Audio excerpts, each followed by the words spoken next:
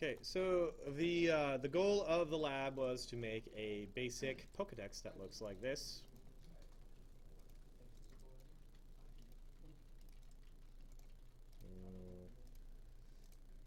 Looks like this, that you guys can't see.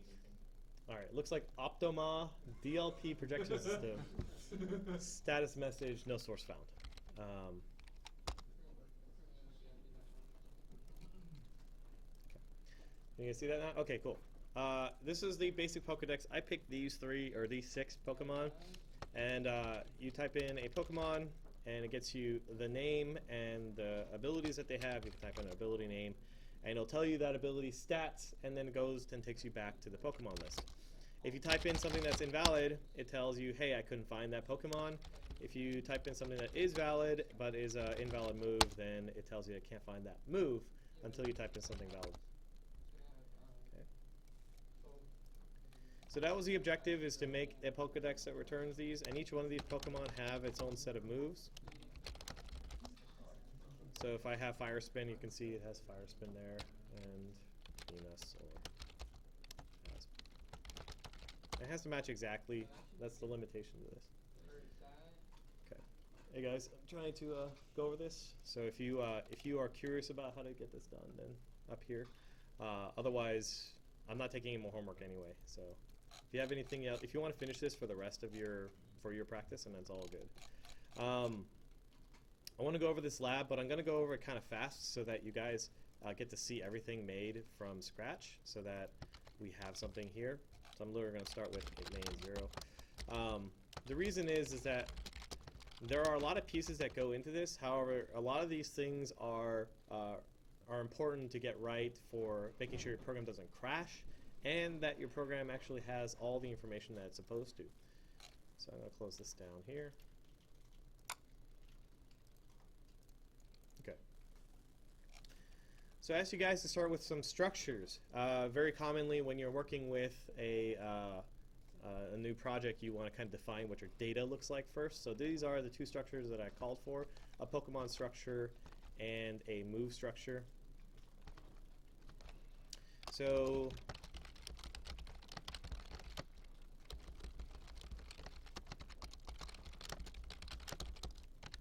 and then a move structure. And a Pokemon has 2 moves, and that is where the move list lives. So see here, I have a moves list that lives inside the Pokemon structure. That's where I'm going to put it.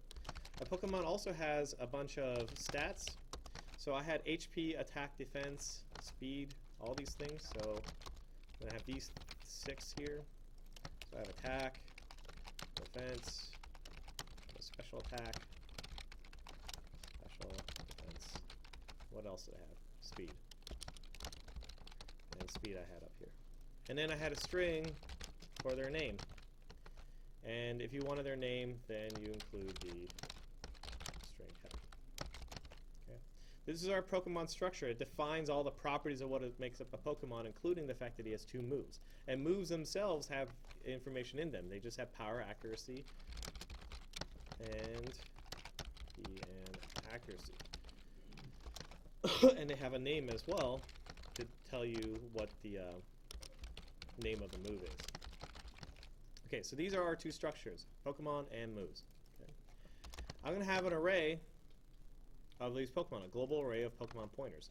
I want to have an array of Pokemon pointers. So if I have an array of Pokemons, I kind of call them Pokemon list. This is a single pointer. This is one pointer to a Pokemon. You can tell here because I have an asterisk in between the Pokemon type and the name. And I'm going to make 2 of them. Okay. Fill out the 2 Pokemon in the array inside of your main function here. So I happen to have, ahead of time, prepared 2 Pokemon here. And put them inside your main. So I'm just going to do this first. Looks like I called my moves SP attack instead of special attack and special defense. So the key here is that when you're initializing your Pokemon, you have to call new on it first, because if you don't call new for your Pokemon, your program will crash. So watch what happens if I don't do this. And I leave out the new. I'll just run this as is. Oh, and also, the order in which you declare your structures is important. If you don't have your moves first, your Pokemon structure won't know what they are. So notice here I have a crash. This exception window comes up when, hey, something bad happened. I didn't know how to handle it. And nothing else that you wrote knows how to handle this either. So you get these options to break, continue, or ignore. Continue will basically say like, okay, just ignore that Visual Studio is here at all. And break will say, okay, stop everything that you're doing and show me what happened. On the bottom right is typically a call stack here. The call stack is the order of things that happened along the way to the crash, starting from the bottom up. So the bottom is the very first thing that happened. It's a kernel call to invoke your executable. Here's your main function. You can double click on these things to show the history of what happened up to the point it crashed. So it crashed here in some string allocation function. But if I go up to my main, you can see here that it crashed trying to set, right before this arrow was where it crashed, it crashed trying to assign this string into this name variable. The problem is that's because my Pokemon list has null for both entries. That's because I didn't initialize them. So whenever you do this, whenever you see a crash like that, consider that you may not have initialized your Pokemon correctly. Which is why you need to do this.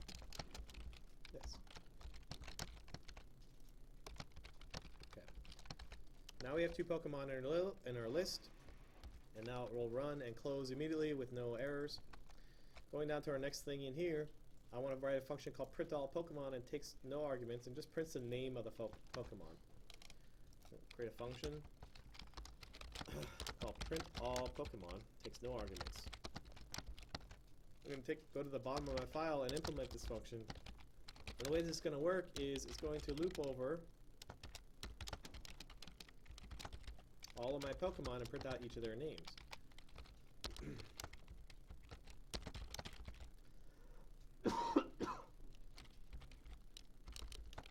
And I'm just going to print out name.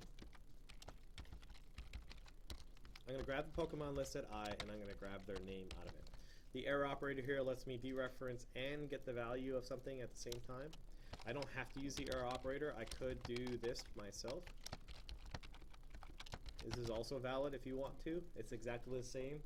However, it saves you time if you use the arrow operator. Okay. So I'm going to call this function once at the end of my file. I'm going to do my... Okay.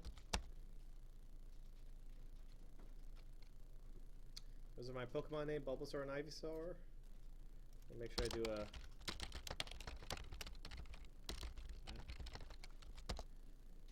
And I'm calling this function as going over all my Pokemon and printing out their names. Okay.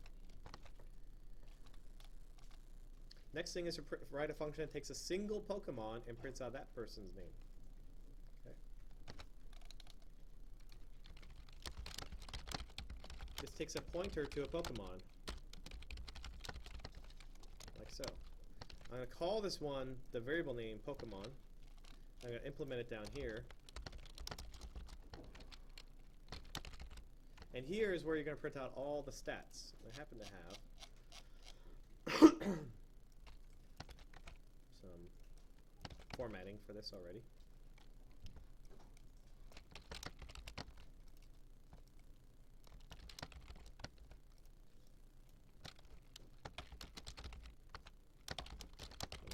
Just fixing up. Okay. So the key here is that you're going to take this Pokemon pointer that you're passing in, and you're going to print out each one of their stats. You're printing out the stats of this argument that you passed in. Oh, I need to include my header.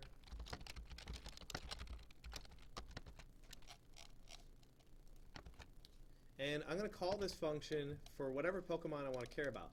If I want to call this function for Ivysaur, I pass in Pokemon list at 1. Because that's where Ivysaur lives. He lives at index 1. If I wanted to print him out for Bulbasaur, I print out Pokemon list at index 0. Right? So if I run this now, it's going to print out all the Pokemon and then print out the stats for Ivysaur.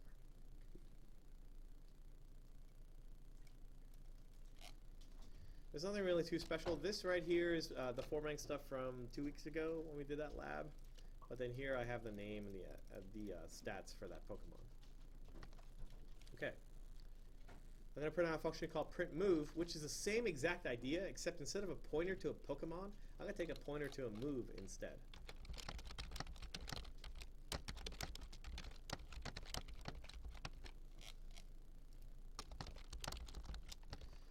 And again, I have this function written already.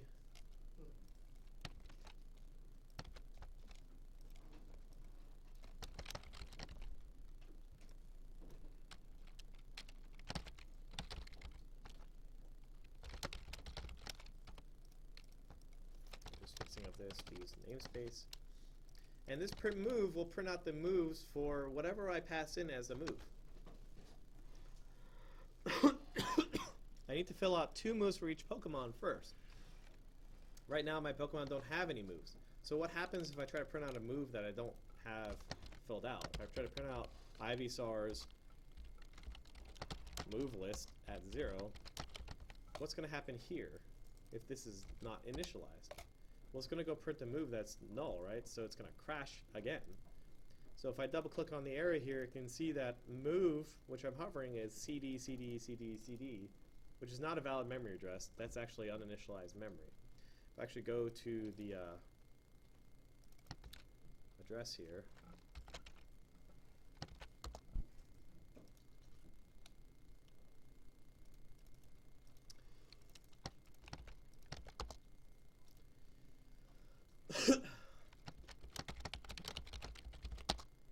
it's all bad memory, right? All this stuff, this is basically what you're pointing to. This is what your moves are.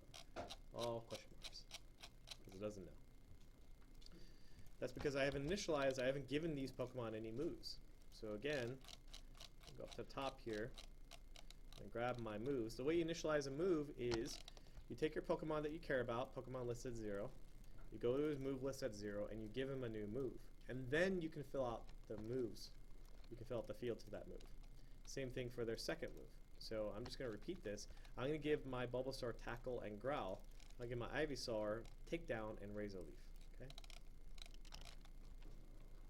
I'm going to take this whole thing, Bulbasaur and Ivysaur.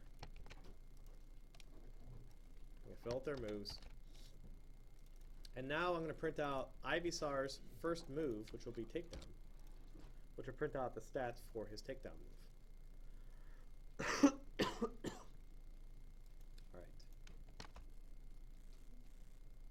I'm going to increase the number of Pokemon to 6 and fill out the remainder. I'm going to fill out all my Pokemon here. So I happen to have done this. It doesn't actually take that as long as you think it would. It's basically just copying over all the stats. Do this. And the key is that I'm going to update the number of Pokemon I have in this array from 2 to 6, because now I have 6 there. And I'm going to go to my print all Pokemon function. Here's a trick, is that anytime you're not sure where something is, you can double click on the thing, whether it's a function name or a variable, and you can hit F12 and it'll take you to where that thing is declared. So I double click on move, I hit F12, takes me to the structure for move. Hit F12 on string, takes me to the structure for string. Or if I want to know like where this function is, where print all Pokemon is, I hit F12 and it takes me down here, and I know I can bump this down to 6. F12 is a really important key. Now I have 6 Pokemon on my list here.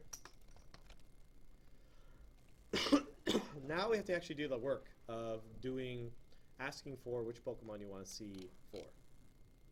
I missed a function which was print all moves, I believe. Oh, I didn't, not yet. We do that later. Okay. Ask the player which Pokemon they want to see information about. So when I'm in here, I'm going to print all Pokemon. I'm going to say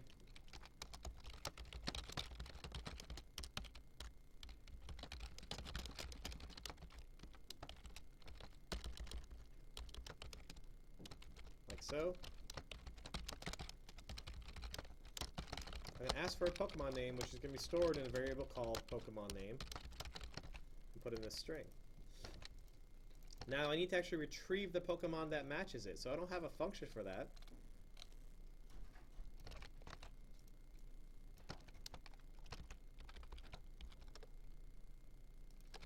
I ask you to use these see in get lines, because get line, later I'll ask you to use get line. Because we don't have a way to get the Pokemon that you are asking about, we have to write a function that lets it get that. And so here at the very top, I'm going to write a function called get Pokemon, which takes a string for his name, and it'll return you to a Pokemon that matches that name if it exists. I'm going to go down to the bottom and implement this function. The way this function is going to work, it's going to go over 6 Pokemon, and it's going to go for each one. If the Pokemon list at I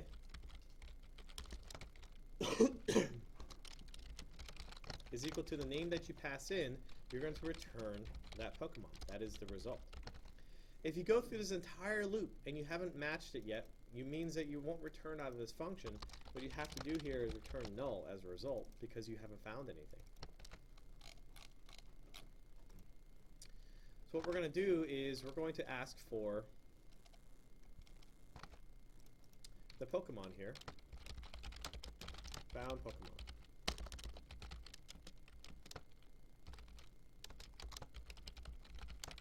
So I'm going to create a variable which is a pointer to a Pokemon right here.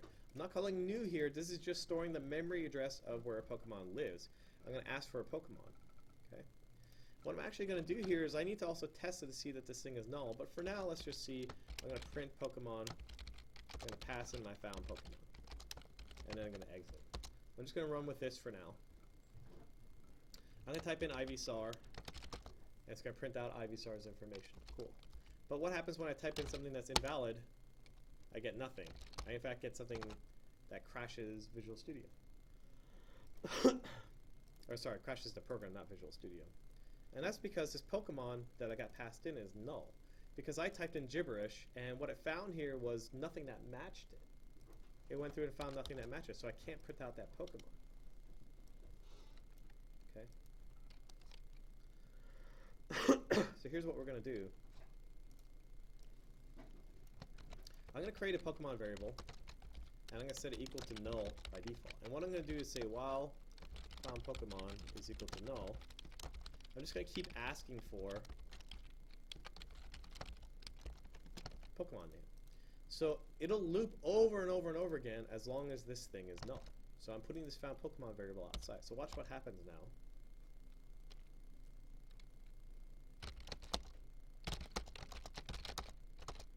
Now I type in Charizard and it finds something. This is a nice and easy way for me to track that I've actually found something valid, because now when I get to here, I only print out, I know that this thing is valid. Okay. I need to take a function that's called printAllMoves that prints out all the moves for a specific Pokemon. So again, I'm going to go up here, just like printAllPokemon works, I'm going to say printAllMoves. However, this is going to take a specific Pokemon I want to get the moves for. And this time I'm going to put it right underneath here.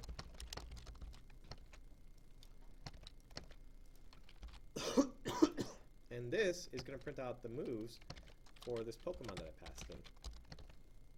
Just like so. I don't even have to print out the move name here, I can just do this.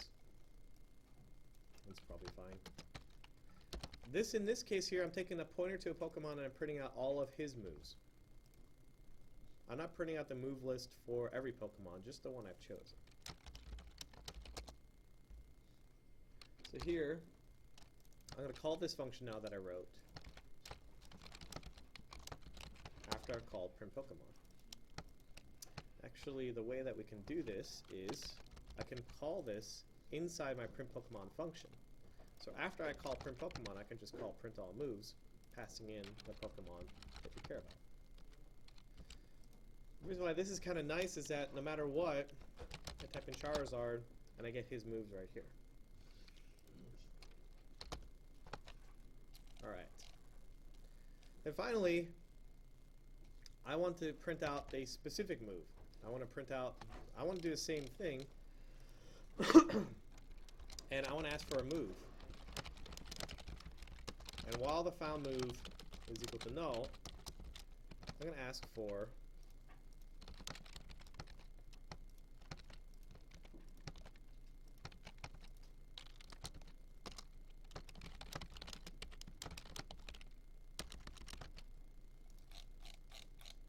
to write a function that lets me get a move. A pointer to a move for a specific Pokemon with a name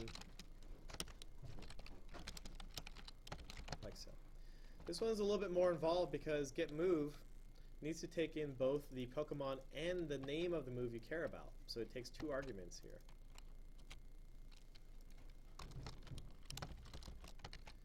But now what I'm going to do is, for this Pokemon,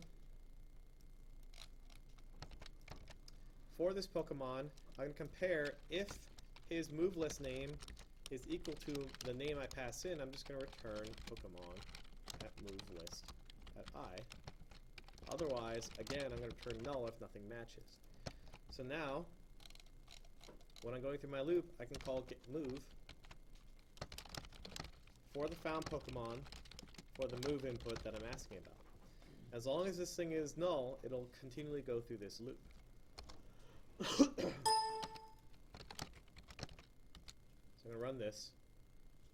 And now I can type in invalid Pokemon, that's fine. Charmeleon is my boy. And then I type in something invalid, and it's going to keep asking. I type in Dragon Rage, and now it's actually exiting. The only thing left I have to do is print out the move for the found move. So I'm going to do Charmeleon, I'm going to do Dragon Rage, and there's my stats for my Dragon Rage. The final thing is, how do I get this whole thing to continually loop? Like, how do I get this whole thing to repeat forever? Well, all I'm going to do is, I'm going to put a while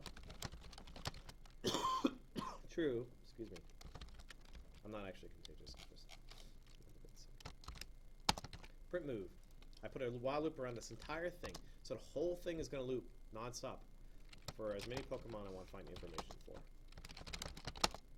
There's my Dragon Rage. There's my Pokemon again. I can type in more Pokemon. Scare your face. And I have my stats there. Alright. So I asked you guys to write a function called getDamage, which takes a pointer to a Pokemon and a pointer to a move and returns an integer for how much damage that move did. It's based on the attack and defense and the base. Base is the power of the move, defense will always be 50, and attack is the attack of the Pokemon. Level will always be 1. So let's write that real quick. So this is going to take two things, a pointer to a Pokemon and a pointer to a move.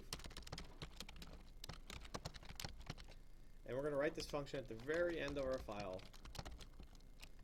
And all we're going to do is we're going to return the formula here. So it's going to be 2 times the Pokemon level, which is always 1, plus 10, divided by 250, times attack divided by defense. Attack is the attack of the Pokemon, divided by defense, which is 50, times the moves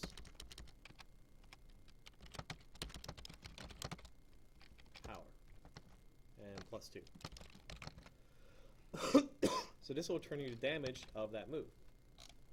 So what we'll do is, when we go to print the move, we're also going to print out the damage. We're going to print out getDamage. We're going to pass in the found Pokemon and the found move. Like so. So now we'll print out what the damage is after we print out the stats for that move. So we can see Charmeleon and Dragon Rage. It says damage of that move is 2. This might be a good example of me not doing floating point arithmetic correctly. So all these are 2, which is not quite correct unless the power is all 0 for these. Those are 0 power.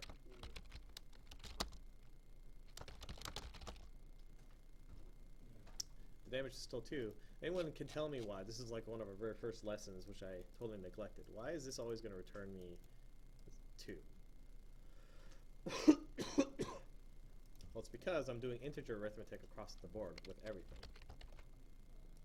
So none of this stuff is doing floating point arithmetic, so it's always going to return me integer arithmetic.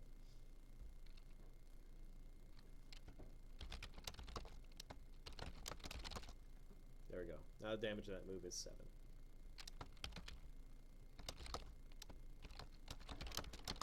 The damage of that move is 5. And the moves like Scary Face would still be 2, or? Yeah, it'd still be 2. Yeah, it would still be 2, because this formula always says that damage is always 2 here, plus 2 no matter what. So that's the min damage it'll always deal no matter what, so even though the power is 0, it will take that into account. Okay, so that was the super whirlwind tour for how to do this.